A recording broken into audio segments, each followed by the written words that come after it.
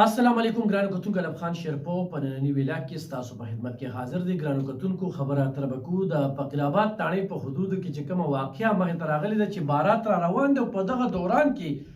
دغه دلهن چې کوم دی نو ویشتلی کېږي. د وخت ضرورت دی چې په دې باندې خبرې اترې وکړو ځکه چې زموږ په دې معاشره کې بیا موږ ته ډېر داسې کیسونه راځي چې د شپېتو کالو سړي له وروڼو والدینو د لالچ په توګه باندې خپل لور ورکړی دی او د لور ژوند دی تباه کړی دی. دغه شانتې د 70 کالو 50 کالو سړي دی د 15 کالو د 12 کالو جینۍ ورکړې ده. داسې یو شمېر واقعیات موږ ته رالل. پرون ما ته دفتر ته یو زنانه راغلې وه چې زه د 12 کالو ومه چې زما د خاوند عمر 40 کالو د انتقایي وړه ومه په هېڅ هم نه پوهېدم. زه یې ورکړلمه. نن د هغه په بچو کې 2 بچي چې کوم دی هغه پوډریان دي، نشې کوي، یو خاوند دی چې کوم دی نو نظر تللی دی. ګرانو کتونکو د دغه فقیرآباد د تاڼۍ په حدودو کې چې کومه واقعه مخې ته راغلې ده چې دغه په 8م جومات کې کومې زده کړې کوي دغه ماشومه،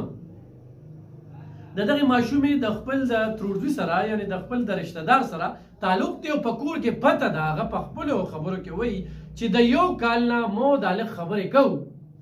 زما د مور ته هم پته ده او د پلار ته هم پته ده. د هغې باوجود زما رشته چې کومه ده زما ناخوښه کس سره توی کوي او زه ورته بار بار وایم چې زه دې رشتې ته نه یم تیار. اسلام هم موږ ته وایي چې د لور خور نه به تپوس کوې. دلته کې موږ د اسلام هغه اصول هم پاماله کړو. قانون دا وایي چې د 18 کالو نه کم عمره جینۍ به نه واده کوي. نو دغه 18 کالو ته نه ده رسېدلې. بهرحال د والدینو خو زه قصور ګڼم د لالچ په توګه باندې، یا خپل انا چې ښځه به اوس پلانکي له لور ورکو او بیا غربت پکې راسیلمه کي. دلته کې مو دواړه خونه دي، په هلک هم اعتبار نشي کولی چې ګټه وټه یې نه وي، روزګار یې نه وي، نو بیا نشو تماشو ته راشي، بیا په ښځه باندې تشدد کوي. نو دلته والدین چې کوم دي هم کنفیوز دي چې زه د خپل لور رشته په څنګه خاندان کې وکړم. هغه پخواني وخت نه دی چې صرف زباني جمع خرچ خبرې به وشوې او رشته به وشوله. نن سبا خو لیکلو مو شي، نکاحنامه مو شي، بیا هم 4-5 کاله په عدالت کې چې کله خوله اخلي نو کړېږي به او جون به دې بیا په دو وي او هغې کې هم ته شکمن چې تا ته به خپل حق میلو شي. او که نه عدالتي نظام خو تاسو ته پته ده 4 کاله 5 کاله 6 کاله 8 کاله پورې ده فیملی کوډ کې دغه کیسونه زوړند دي او دغه روان دي. ګرانو کتونکو کومه واقعه چې راغلې ده دغه کې دغه جینۍ وایي چې زما والدینو ته پته وه، ما د خپل والدینو ته بار بار ویلو چې زه د هلک سره واده نه کوم، زه زما دغه بل هلک خوښ دی. او والدین وایي چې نه زه به دې له ورکوم. هلک چې کوم دی هغه هم دا خبره کوي چې ما ورپسې رشتې لیکلي دي خو زما د خپل کور هم پرې رضا نه وه. ګوره یوازې جینۍ سره والدینو زیاتې نه دي کړي، د هلک سره والدینو زیاتې کړي دي او دواړه چې کوم دي نو په یو پاټلی باندې وو. هغه خاندانونه پته نه لګي دغه اوس دننه خبره ده چې منځ کې داسې څه رنجش و، څه داسې خبره وه. اوس ګرانو کتونکو د یو انسان قتل د ټول انسانیت قتل دی. خو یو جینۍ ده هغه په خپلو خبرو کې چې ژوند خو به زه تېروم او واقعي چې لور خور باندې په یو کور کې سخت دی. نو مونږ خو ورته وایو دغه د کورم دی دغه د ګورم دی، خو تشدد در باندې کېږي او خمرې او خرڅه کوي. نو ډېرې جینکۍ ما رپورټ کړي چې هغه په کورونو کې د والدینو د ناخلۍ د بې حسۍ په وجه باندې قتل شوي چې پلار ته ښه پته وي چې دا لور باندې مې ظلم او بربریت کېږي او دوی بیا ورشړي په لور باندې بیا تنګي. نو په دې حالاتو کې د لور نه تپوس پکار دی چې یاره دغه هلک سره ژوند کومه نو هغه ټول بوج پرې ور واچوي خو سبا نو بیا تا ته غږ نه کوي، بیا هغه سختې برداشت کوي. والدین هم د لور دپاره ښه سوچ کوي، دا نه چې بد سوچ کوي چې زما د لور په ښه ځای کې ورکم او زه تپوس وکړم معلومات وکړم چې دا هلک د کومې قبیلې دی، د کار روزګار څه دی، د کومو خلکو سره کیني او دا پکار هم ده چې چاله رشته ورکې.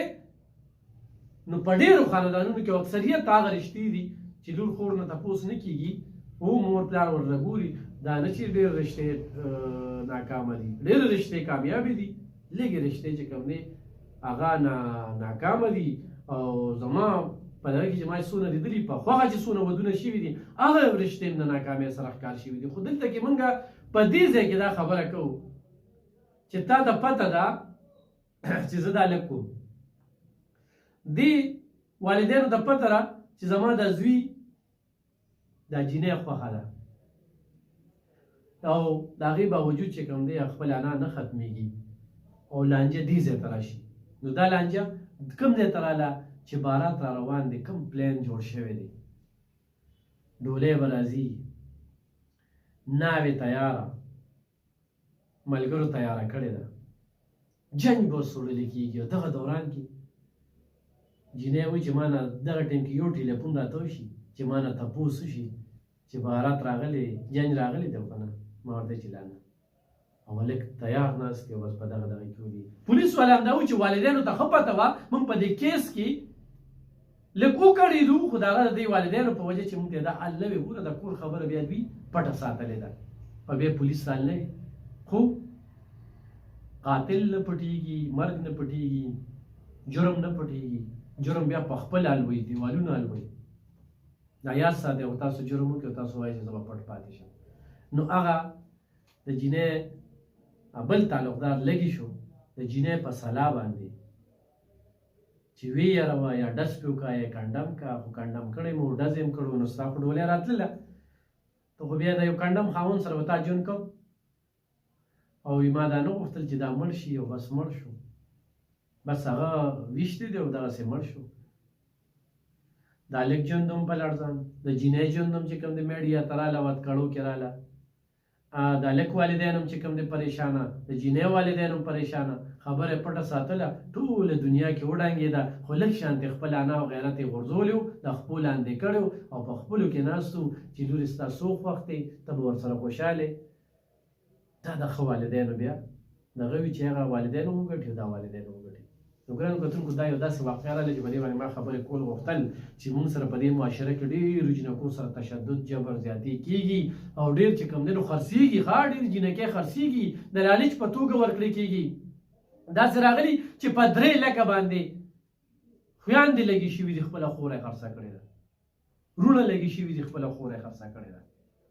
او بیا څه موده پس چې کوم دی هغه زنانه روتښتي یا در په در خو په سر چې کوم دی نو کم خواته ځي. ما تېر هفته کې یو زنانه ویډیو کړې وه چې هغه 4 ځای خرڅه شوې وه نکاح په نکاح باندې. نو دا واقعیت مخې ته راځي په دې واقعه مې لږې خبرې کولې چې جینۍ خپل جرم منلی دی خو خلکو ته دا پیغام ورکړی دی چې جینۍ به ژوند تېروي او هغه د هغې ژوند دی نو لحاظه د جینۍ نه تپوس دې وکړی شي او په خوښه دې واده وشي دا دغه جینۍ دغه ملزمې پیغام دی چې هغې کوم په خپلو خبرو کې کړی دی او هلک دا وایي چې زما د جینۍ خوښه وه خو زما والدین هم رضا نه وو نو دواړو طرف ته والدین نو رضا نو دغه یو واقعه مخې ته راغله موږ ته یو لوی سبق پرېښودو په خپلو لوریانو باندې نظر وساتئ هغوی سره تاسو موبایل ورکړی دی په موبایل باندې خبرې کوي نو په کار ده چې بیا د اختیار هم ورکړي. هغه هلک مړ شو جینۍ وایي چې د هلک څه قصور و اوس وایي چې د هلک څه قصور و هلک هسې بې څه چې کوم دی له دې دنیا نه لاړه. ګرانو کتونکو الله دې موږ کې پوهه راولي او موږ کې دې په اصلي معنو کې اسلامي قوانین